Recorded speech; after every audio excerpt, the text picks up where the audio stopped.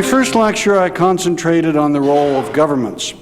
My purpose today is to address the private sector role by exploring a few of the many interesting and continually changing interactions of universities with both industry and philanthropic individuals and organizations.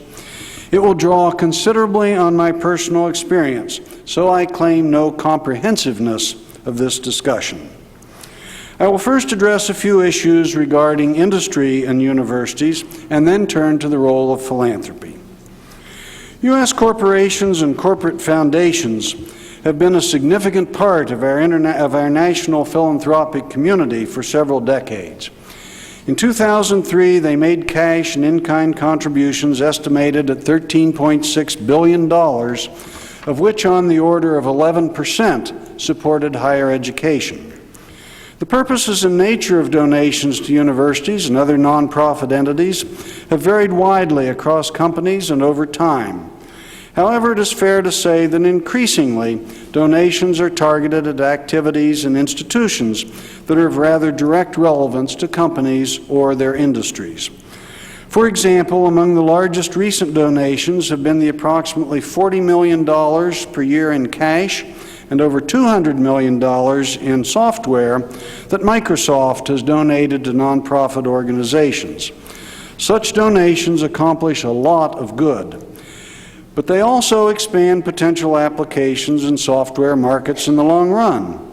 Indeed, the blend of philanthropic intent, public relations, capacity building, and social agenda behind corporate giving is complex, as is the tax and regulatory environment in which it operates. Although the distinction is not always clear-cut, I will concentrate today on direct university-industry interaction in research and education rather than on corporate philanthropy.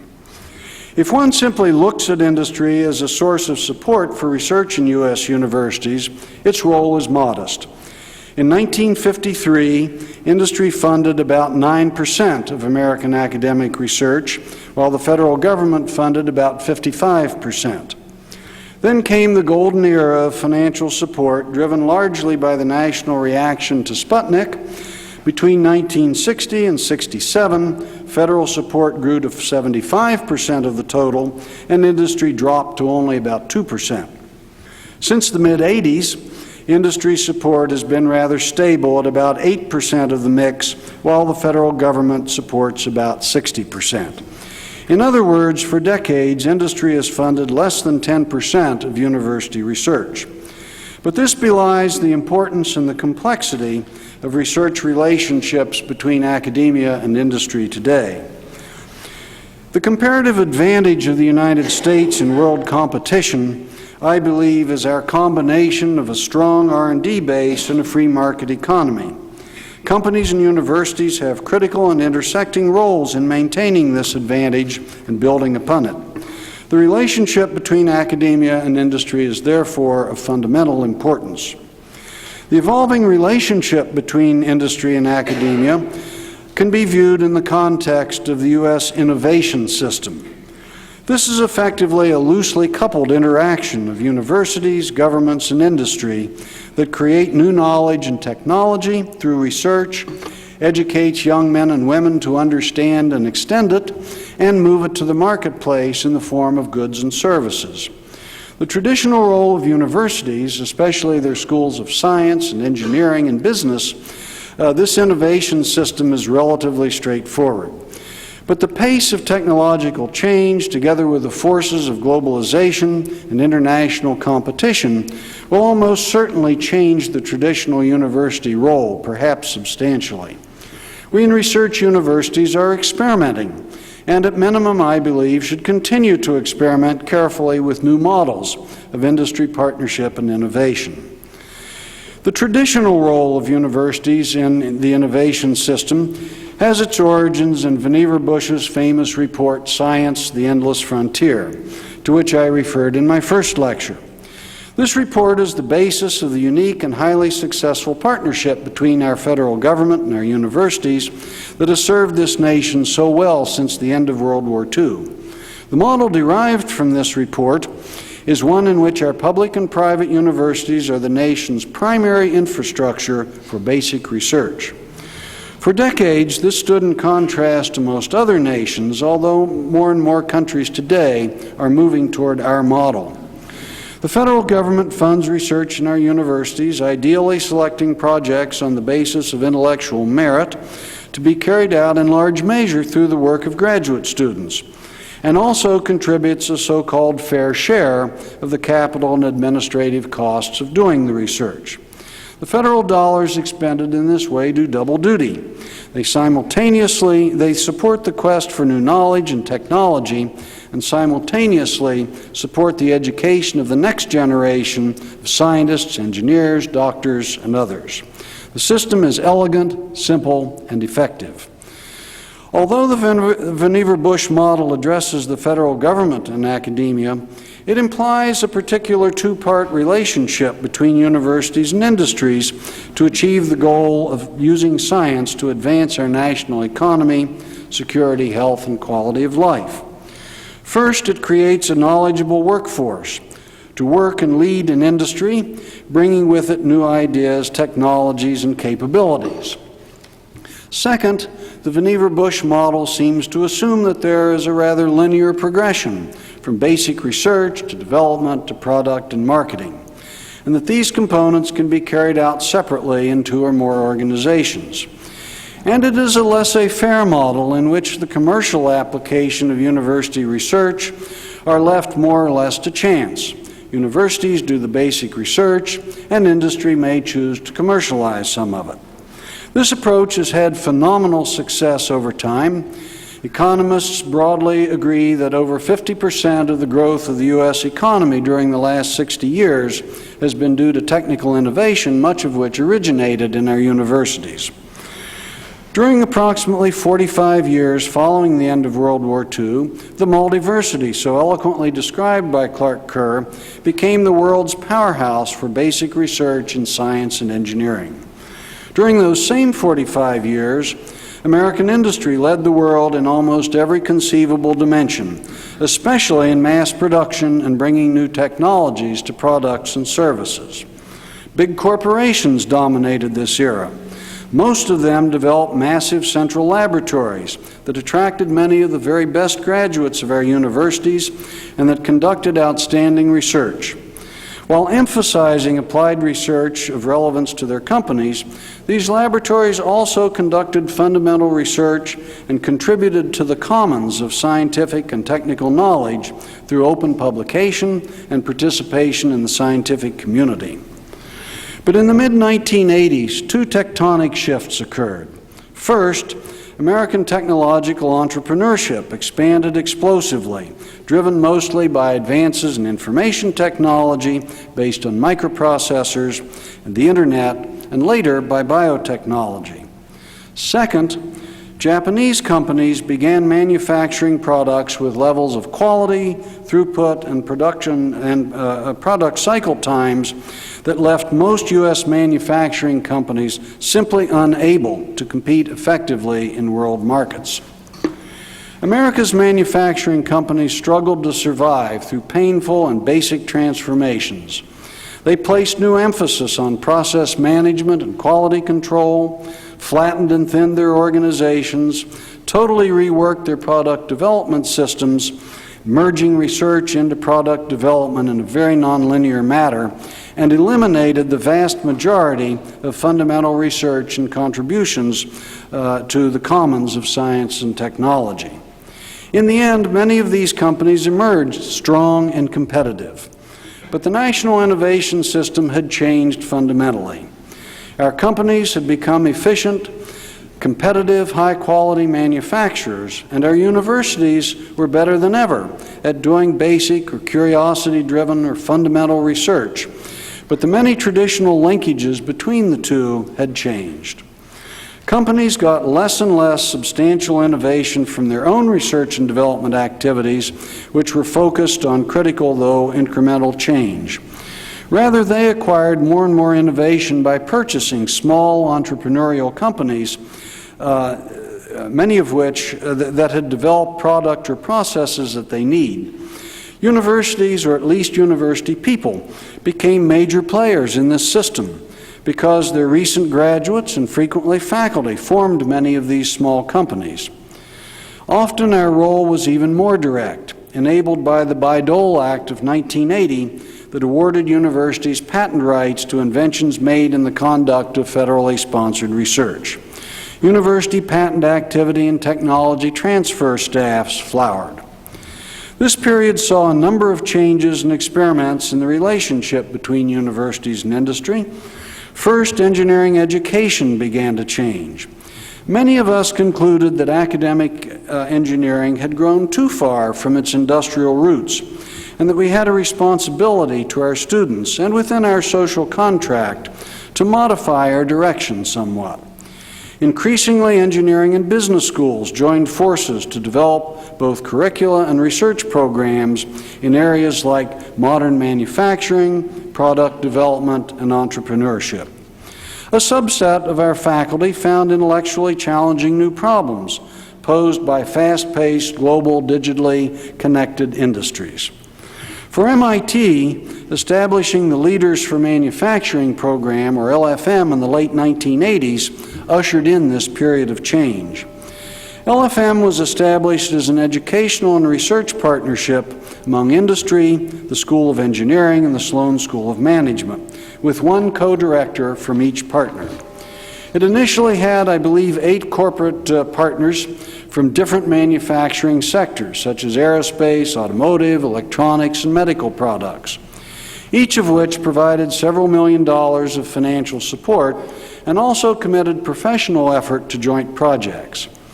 Our experience with this program taught us several important lessons, among which are an understanding that when companies provide large amounts of financial support, you gain effective access and working relationships with their leaders and their best thinkers. That interdisciplinary and inter-school programs can be successful. That knowledge transfer from academia to industry can be accelerated, and that academicians can contribute directly and effectively to solving problems posed by today's industry that they believe are challenging, stimulating, and important. During the 1990s, we established a small number of partnerships with individual companies, each in a different sector.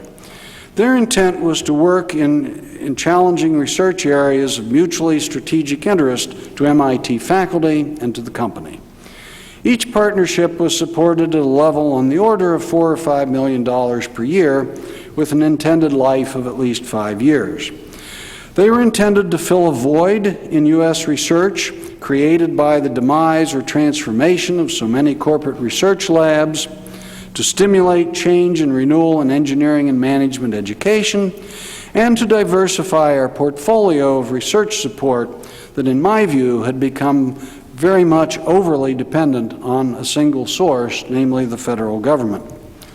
Most of these partnerships were established by commitment at the corporate level, frequently by the CEO, that such a partnership would be funded if faculty from the university, together with technology and thought leaders in the company, successfully worked together to define an important research program that clearly added value and fit both organizations. Thus, there was a potential top-down commitment, but, and I must strongly emphasize this, that would come to fruition only through bottom-up faculty interest and commitment and design. That is the sine qua non. These partnerships were established in areas such as the environment, biotechnology, advanced information technology, financial engineering, and biologically based materials. Partner companies included Amgen, Merck, Ford, NTT, Merrill Lynch, DuPont, Microsoft, and Hewlett-Packard. Over time, several interesting characteristics emerged. All of these partnerships engaged multiple academic departments and indeed multiple schools. All ended up with significant educational objectives, development of new courses, new pedagogy, as well as substantial amounts of support for students. Another characteristic was summarized by an outstanding biology professor who wrote, quote, "Without this industry support, my lab would be doing nothing really new, because our federal support has become so risk-averse," unquote. Those partnerships that worked really well did so when a high level of trust and mutual respect developed between the university and the industry participants, and when there was a clear understanding of the differing goals and time frames of the two organizations. On the other hand, such major industry support was viewed by most faculty participants as requiring a lot of high maintenance. Its renewal was also, to some extent, captive to the ups and downs of the company's economic fortunes. Sometimes the quality or longevity of the partnerships diminished when company leadership changed. Several partnerships, though not all, were mutually judged to be very successful and have been extended beyond the initial commitment. A common concern, of course, is whether such major interactions and support distort the mission of the university. Good people may and will disagree on this. My own view is that they expanded the intellectual opportunity space in which some faculty and students engaged in a very positive way, and that faculty will not permit anything that truly distorts their mission. A faculty-wide survey and study of the partnerships was conducted in 2002, and it concluded, among other things, that while many people worried that such distortion might occur, no one could cite an instance in which they believed it actually had. Finally, what about intellectual property? This was a major issue in negotiating such agreements, but MIT's industry partnerships are all conducted within our normal policies on intellectual property. Universities hold dear their role in discovering and disseminating knowledge. The underlying assumption is that what we do on our campuses is, or certainly should be, of general value to society and should be shared openly to advance humankind. Thus, there can be a tension with the fact that much of what we generate, especially in science and engineering, and especially today, has some economic value, that is, intellectual property, to which the inventor and the institution have legitimate legal claim. Unfortunately, in my view, some universities maintain unrealistic focus and unrealistic expectations about striking it rich through patent royalties, IPOs, and so forth, and have tended to be overly protective and overly aggressive when it comes to negotiating sponsored research agreements. But on the whole, sensible management of intellectual property is a plus, in my view, in our interaction with society. The time today from fundamental discovery to commercialization has decreased dramatically in many fields, and margins of competitive advantage have become so small and fleeting in many fast-paced industries. It also must be recognized that views on this topic seem to vary, largely based on the maturity and scale of the industry in question. It also generally is the case that discussions with industry leaders at the highest level within corporations seem to be much more flexible and understanding than those at the operating level, which are with people who are involved in making project-level decisions. Universities' approaches to patents, I think, should be designed primarily to encourage the transfer of technology to society, often, but not always, through the private sector. This requires an ability to negotiate with industry sponsors as equals, best accomplished, in my view, by university ownership of intellectual properties produced by campus researchers, coupled with flexibility in reaching agreements with sponsors about license details. When projects are large, such as the strategic partnerships I've discussed, that process seems to work well. However, I believe we'd all be well served to establish a voluntary nationwide standard agreement for the more routine, more modest-scale industry-sponsored research projects. A quite different model for university-industry interaction is developing currently within the Cambridge-MIT Institute, or CMI. CMI is a unique alliance of Cambridge University in England and MIT, funded primarily by the UK government, initially for 6 years. Industry also supports CMI through sponsorship of some specific research projects. The mission of CMI is to enhance, ultimately, the competitiveness, productivity, and entrepreneurship in the UK. It is to do so by improving the effectiveness of knowledge exchange between universities and industry, by educating leaders, by creating new ideas, by developing programs for change in universities, industry, and government, and by building networks of participants beyond the two member universities. The formation of what they are calling knowledge integration communities, or KICs, KICs, for CMI research projects is an attempt to enhance the feedback and efficiency through knowledge exchange, and to do so in a manner that elicits enthusiasm among the academic researchers who do the creative work. In other words, CMI research is intended to generate fundamental new ideas that are developed with some explicit consideration of potential use and an eye toward the needs of industry. The stakeholders who comprise a knowledge integration community typically involve, first and foremost, the academic researchers, but also industrial participants from large and small companies, government policymakers, special interest groups such as regional development authorities, and educators from a variety of levels of institution who come together to pursue a common science, technology, and social end goal.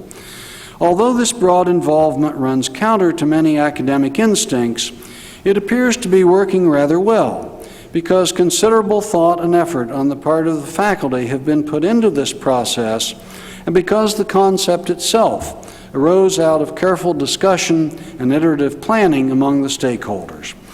I think that the initial success also reflects the fact that the topics of the research, things such as making aircraft effectively silent as they fly over populated areas to land and take off, quantum computing, next-generation drug discovery, are truly exciting and challenging problems. CMI's knowledge integration communities are works in progress.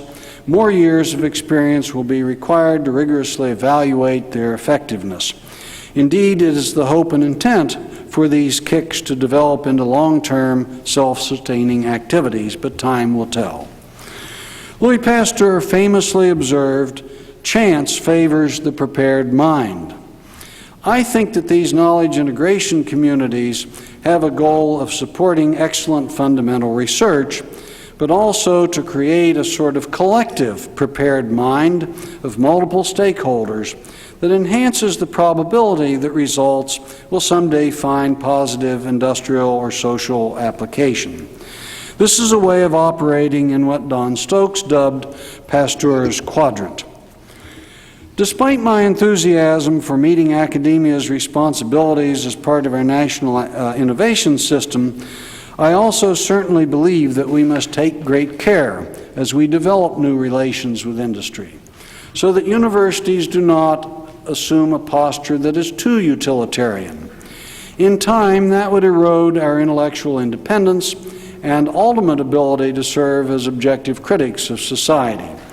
Indeed, there is a paradox in that it is this very independence and objectivity that attracts industry to work jointly with academia. So the right balance must be struck. As we work together in areas such as the environment, energy, telecommunication, and productivity that have policy implications, we must maintain our independence and objectivity. That is in the interest of both parties. It is in the interest of both parties that these matters be addressed carefully, explicitly, and resolved. Now let me turn to philanthropy. Milton Eisenhower, who served as president of the Johns Hopkins University from the mid-50s to the mid-60s, is said to have had a very concise fundraising speech. "Gentlemen, it takes good men to make money, and it takes money to make good men." Needless to say, today our society, universities, philanthropy, gender roles, and certainly fundraising speeches are no longer so simple. But the fundamental implications that higher education prepares men and women to advance society and that this worthy activity costs money certainly remains true. In an ideal world, one might imagine that private colleges and universities would derive all of their revenues from two sources: tuition income and gifts, plus the annual return from a sizable endowment. Public institutions would derive all of their revenue from tuition income and state appropriations. But this is a pipe dream. The fact is today that both public and private colleges and universities require significant fractions of their support from individuals and private organizations, including gifts and income from endowment. For example, consider the 62 leading U.S. North American research universities belonging to the AAU, the Association of American Universities. According to a recent study, the distribution of annual expenditures of public and private AAU institutions are remarkably simple. 34% for instruction and 23% for research in the privates, and 32% for instruction and 25% for research among the publics. But what are the sources of revenue for these activities? 22% of the annual revenues of the private AAU universities, excluding their hospitals, come from private gifts, grants, and contracts, while 20% comes from tuition, net of financial aid, and 25% comes from federal, state, and local government grants and contracts. The remaining 33%, for those of you who are adding these numbers, come from auxiliary enterprises, sales, services, and miscellaneous sources. Of the equivalent annual revenues for the public AAU universities, also excluding their hospitals, 9% comes from private gifts, grants, and contracts, while 13% comes from tuition net of financial aid, and 31% comes from federal, state, and local government appropriations. As indicated by these statistics, and as discussed in some depth in my first lecture here at Berkeley last spring, many leading public universities are rapidly becoming very dependent on private sector support. And indeed, elements of several of these universities, public universities, are either actually or effectively privatized. I have some policy qualms about that, but it is a fact. In any event, the continued excellence of both our public and private universities and access to them by students of modest financial means will be increasingly dependent on private philanthropy. Thus, a fundamental question is whether many state universities will be able to establish endowments equal to the task. In 2002, only $61 billion, or 27%, of total endowment holdings across the country were in public universities, while the privates held $161 billion, or 73%. This asymmetry, of course, is much greater than those two numbers imply, because the public institutions enroll a vastly greater number of students than the privates. Nonetheless, there are suggestions that the likely answer may be yes. Over time, many state universities could build substantial endowments. A recent analysis of endowments exceeding $200 million indicates that the endowments of public institutions are growing at a much faster rate than the endowments of private schools. Why? Consider the apocryphal story of the American tourist who visited one of the ancient colleges of Oxford, admired its beautiful, nearly perfect lawns. He happened upon a groundskeeper and asked him to tell him the secret of developing such a perfect lawn. The groundskeeper thought for a few minutes, and he said, "Well, it's really quite simple. You water it, you weed it, and you roll it for about 800 years.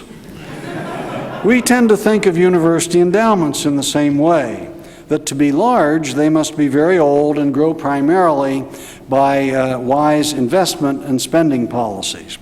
While this is true to an extent, the fact is that endowments today grow almost as much by the annual addition of gifts as they do through investment. And it appears that the publics are adding gifts at a relatively faster rate than the privates. In the sample noted above, averaged over the years 1999 through 2004, public institutions added about 5% of their endowment's market value each year from gifts, while the privates added about 2%. Now, one can speculate about the somewhat obvious reasons for this, including scale of donor base relative to endowment size, differences in how capital projects are funded, and so forth. But I think there are two clear messages. First, annual fundraising is very important, And second, in a few decades, we can anticipate that some well-endowed public institutions will come into being as if they set that as part of their strategy. Given this growing importance of fundraising, we should examine the dynamic and challenging environment in which it must be accomplished. During the last 2 decades, we developed a knowledge-based economy. Innovation and entrepreneurial activity drove more and more of the growth of both employment and equities, and we simultaneously leveled or reduced tax rates and frequently reduced public services. The purpose of this is supposed to be to drive economic growth, but it seems to me that associated with growth brought about in this manner is an implied responsibility of the business sector and of individuals whose wealth grew dramatically to voluntarily bear more of the costs of critical social goods, including, in my view, education. So is this happening? Is there the requisite staying power of private support for colleges and universities whose capabilities and excellence, after all, must be sustained for a very long period? Is there an unacceptable volatility of philanthropic support that's incompatible with our university's mission and operations? And will there be an appropriate long-term match of donors' values and goals with the values, goals, and core needs of our universities? I think we're off at least to a good start. Philanthropic support of higher education in America is continuing to grow. Between 1994 and 2004, annual voluntary support of higher education grew by 94% in constant dollars. And even when normalized to the growing number of enrolled students, it still grew by 84%. Throughout this period, about half of the giving was by individuals, roughly equally divided between alumni of the institution and non-alumni. The other half of the gifts came from corporations, foundations, and religious and other organizations. Not surprisingly, annual gift support has some identifiable relation to the state of the economy. Indeed, it is rather strongly correlated with the New York Stock Exchange Index. This level of volatility in giving, it seems to me, should be acceptable, and to the extent that gifts are placed in endowment or at least treated as endowment, the fluctuations are smoothed. As noted in my first Kerr lecture, however, during the dot-com era, these fluctuations were so strong that they did have important effects on the operating budgets of most private universities. But in general, private support of most schools grows steadily and slowly. It is also a fact of life that the ability of private universities to maintain their excellence and of public universities to continue to build their endowments and gift streams will depend in large measure on the philanthropic priorities set by the coming generation of wealthiest Americans.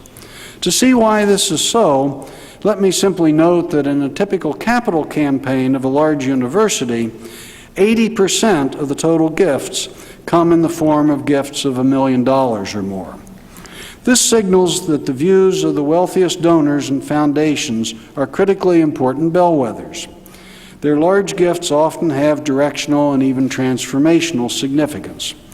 There's one trend in this important community of very generous donors that I find quite significant, and that's the changing balance between their giving to K through 12 and higher education.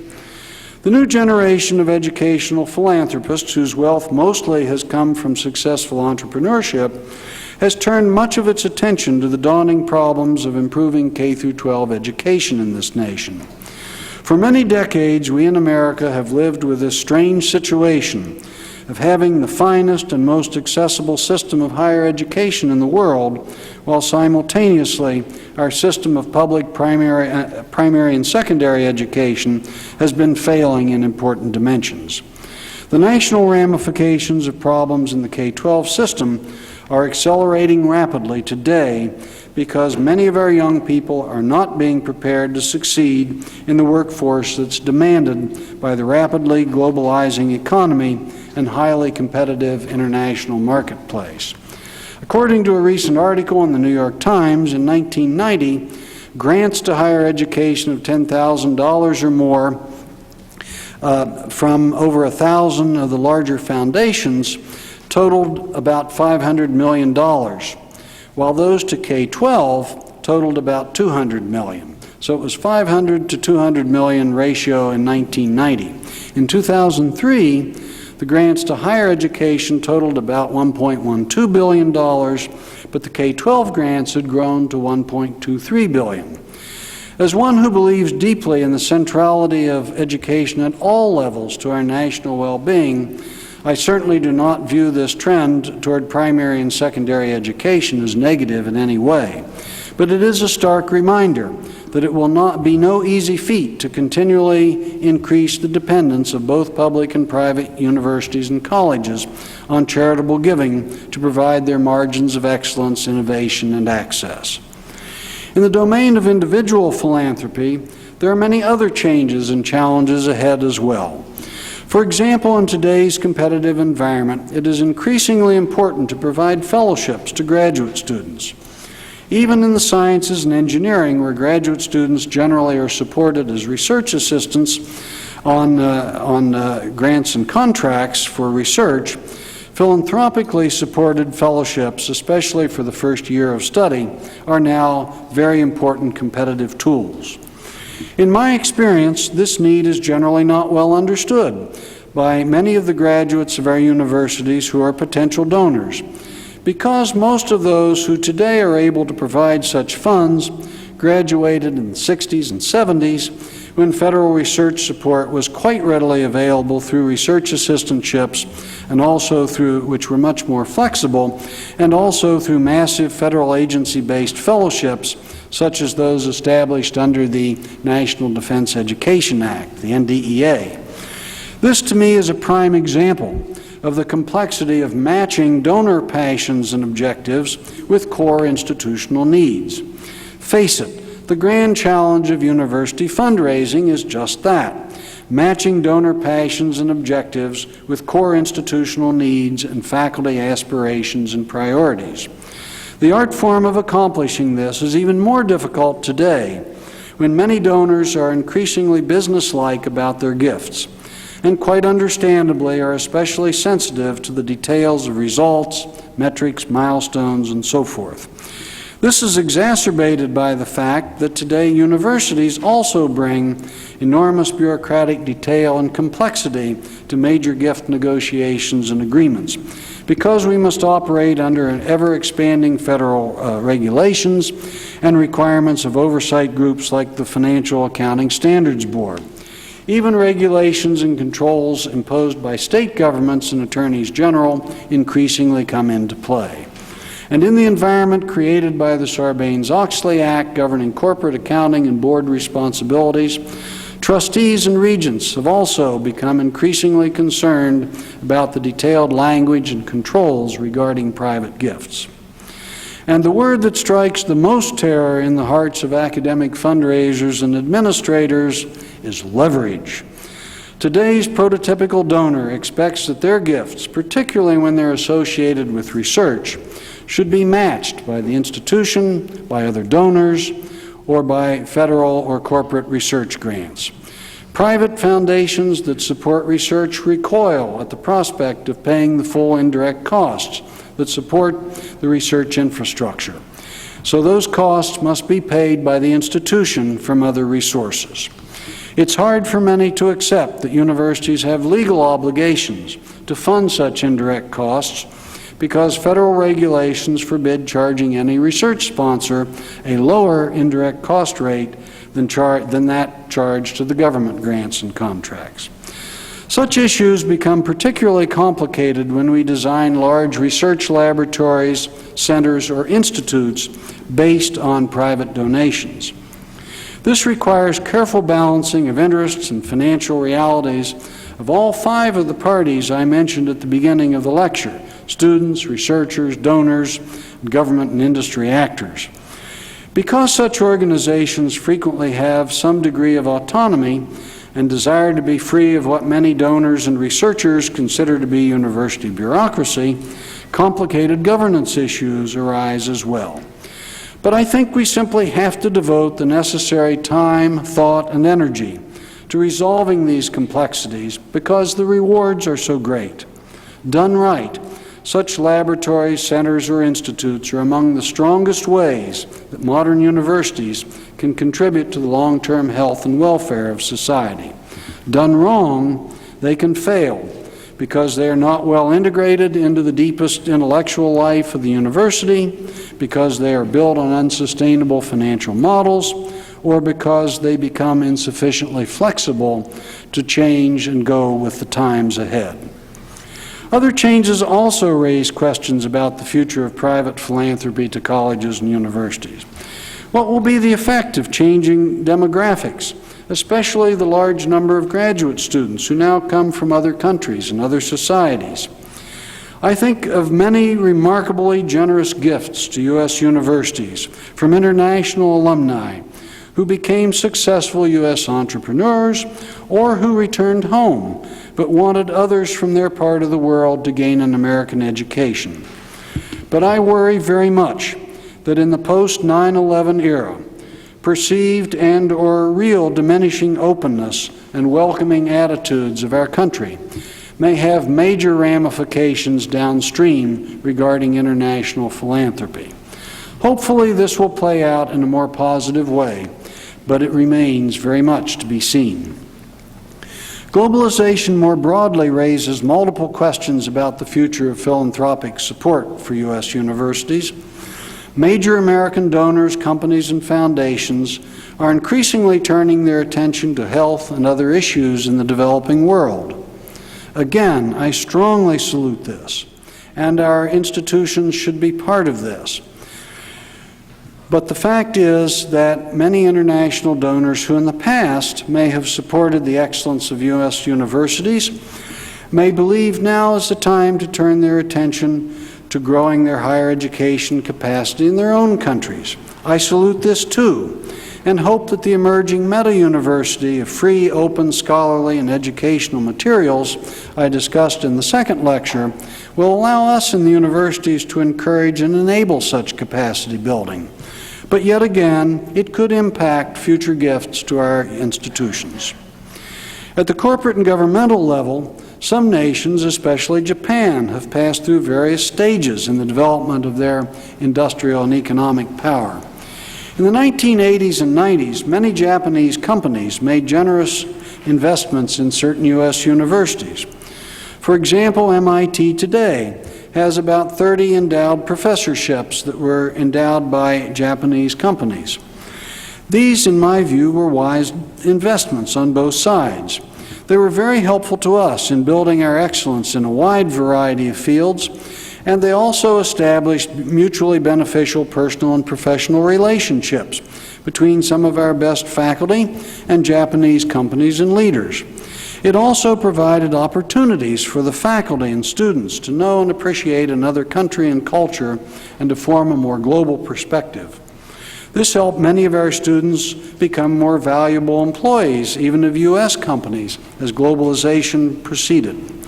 Frankly, it also provided first-rate academic advice and interaction for Japanese companies during the waning years of an academic culture and indeed of legal restrictions in Japan that did not encourage their own universities to work with industry.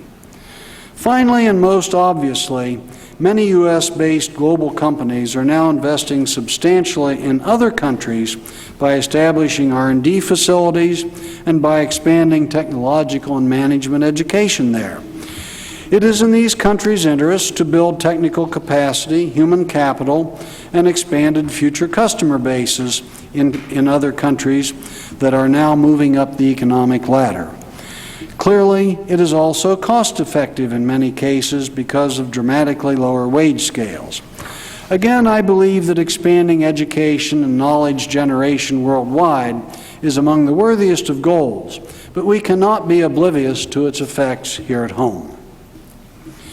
To complete this discussion of higher education philanthropy, let me turn to comment in some detail about the structure, trends, and issues of student financial aid. Financial aid is arguably the most important and traditionally the most popular and prevalent use of private gifts in both state and private universities. All institutions of higher learning in the United States strive for both excellence and for access of students to that excellence. In all but a few of the wealthiest schools, these goals can clash when the institution decides the purpose of its financial aid. The amount of financial aid available and the philosophy that governs its use are major determinants of who attends the school, for the simple reason that they are the key to establishing the actual price of attendance that must be borne by the students and their families.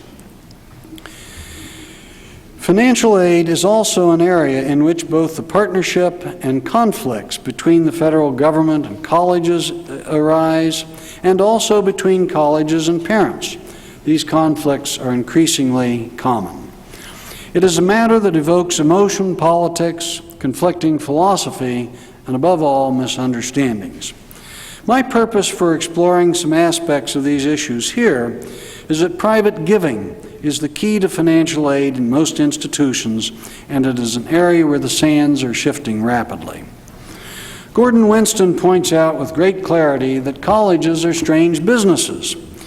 In a traditional business, a company produces a product. There's a cost incurred to do that production, and if customers are willing to pay a price that exceeds the cost, the company can make a profit and remain in business. But if the market can only sustain a price that's less than the cost of producing the product, of course the company fails and goes out of that business. Colleges and universities, on the other hand, provide a service that almost always costs more than most students can or will pay. In business terms, they operate at a loss, and that loss has to be made up by a subsidy. In public universities, much of that subsidy is provided by state appropriations. In private institutions, much of the subsidy comes from funds and endowments, generally built from gifts and bequests of alumni and other private donors. An important component of that subsidy, as I've said, is financial aid. That is, grants or loans to students and their families.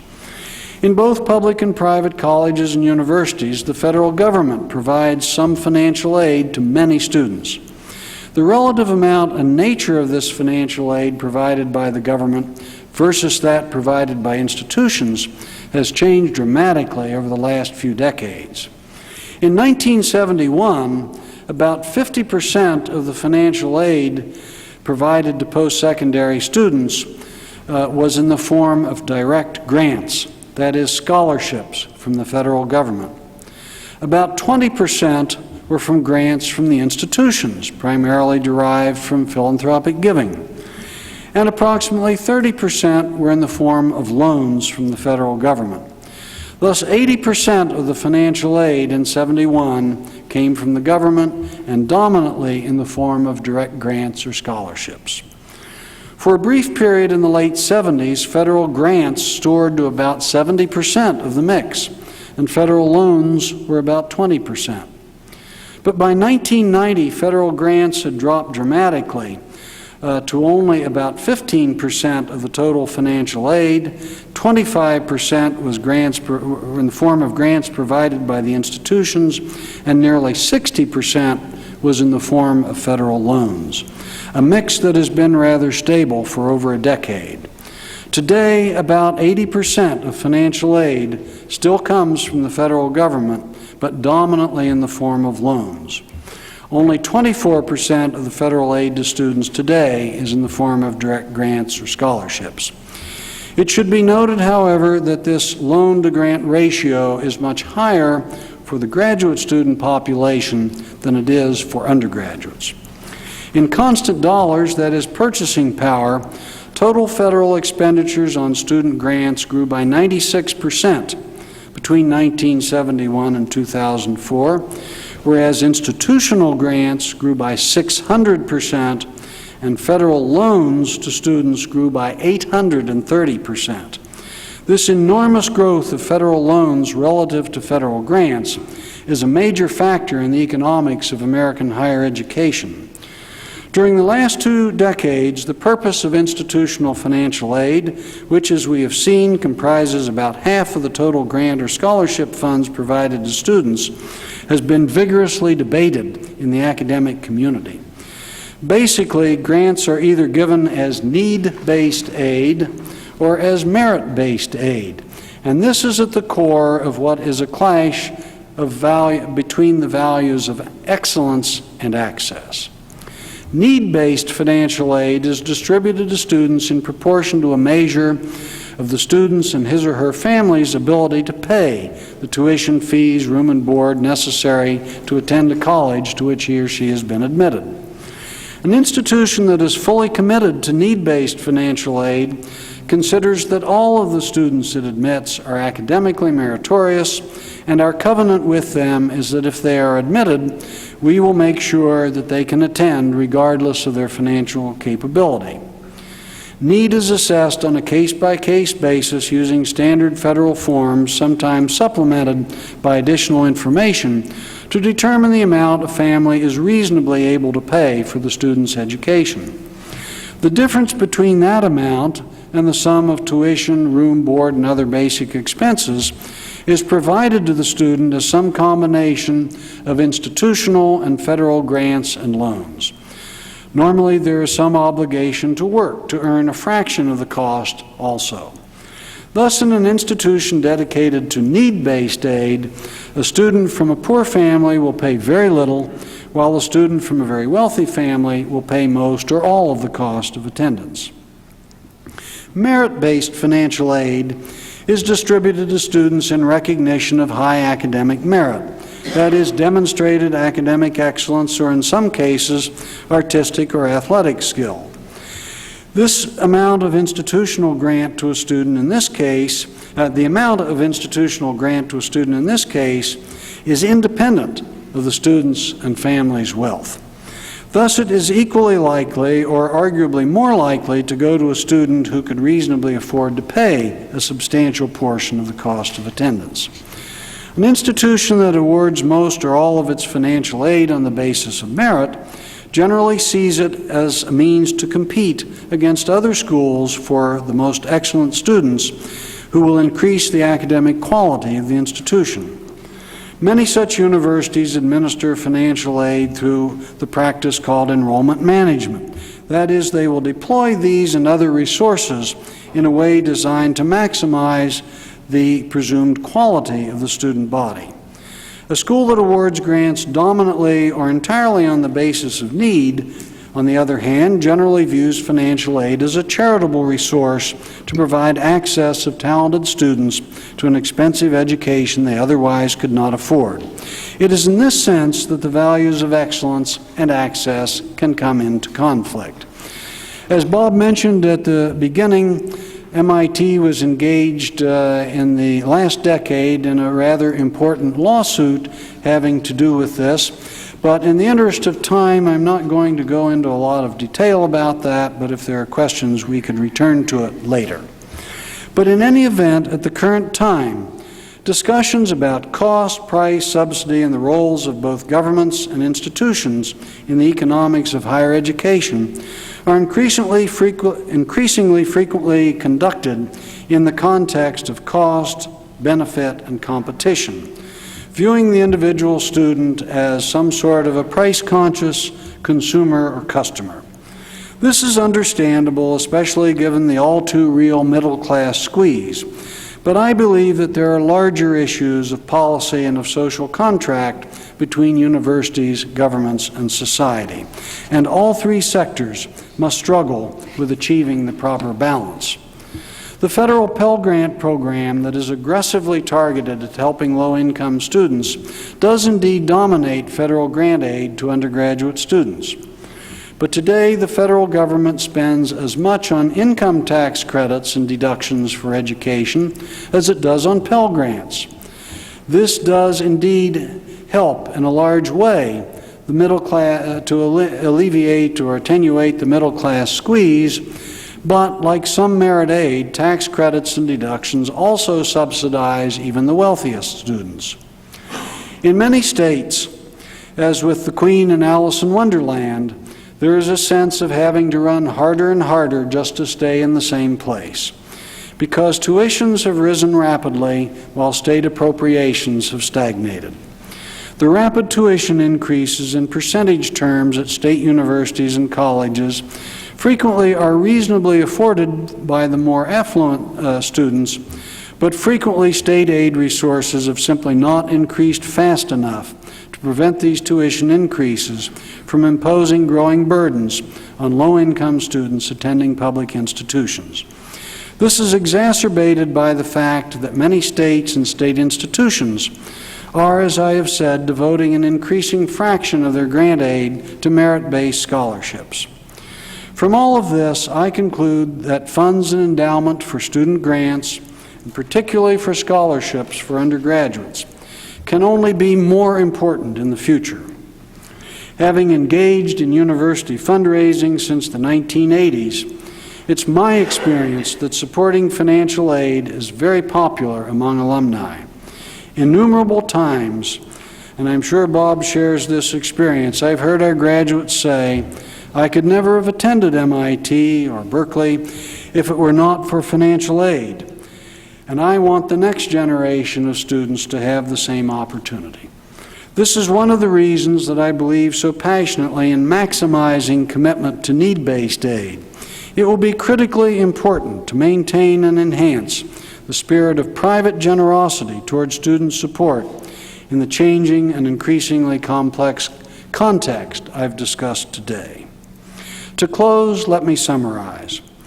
In public as well as private institutions, resources provided by philanthropic individuals and foundations and by corporate research sponsors increasingly support the margin of university excellence and increase the access of students to that excellence. Public university endowments at the present time are growing faster than those of private colleges and universities. Universities and industry, I believe, should increasingly experiment with new ways to work together as components of our national innovation system, a system that is challenged by globalization and accelerating rates of technological change. The congruence of interests, goals, and expectations of philanthropists and corporate sponsors with those of universities must always be carefully considered. The values of excellence and access frequently come into conflict as schools decide how to award student financial aid from their gifts and endowments, on the basis of merit or on the basis of financial need. Despite such interesting and important challenges, the generosity of individuals and foundations and the support of far-sighted companies and industry consortia are central to maintaining and enhancing the future of America's outstanding system of higher education. Thank you very much.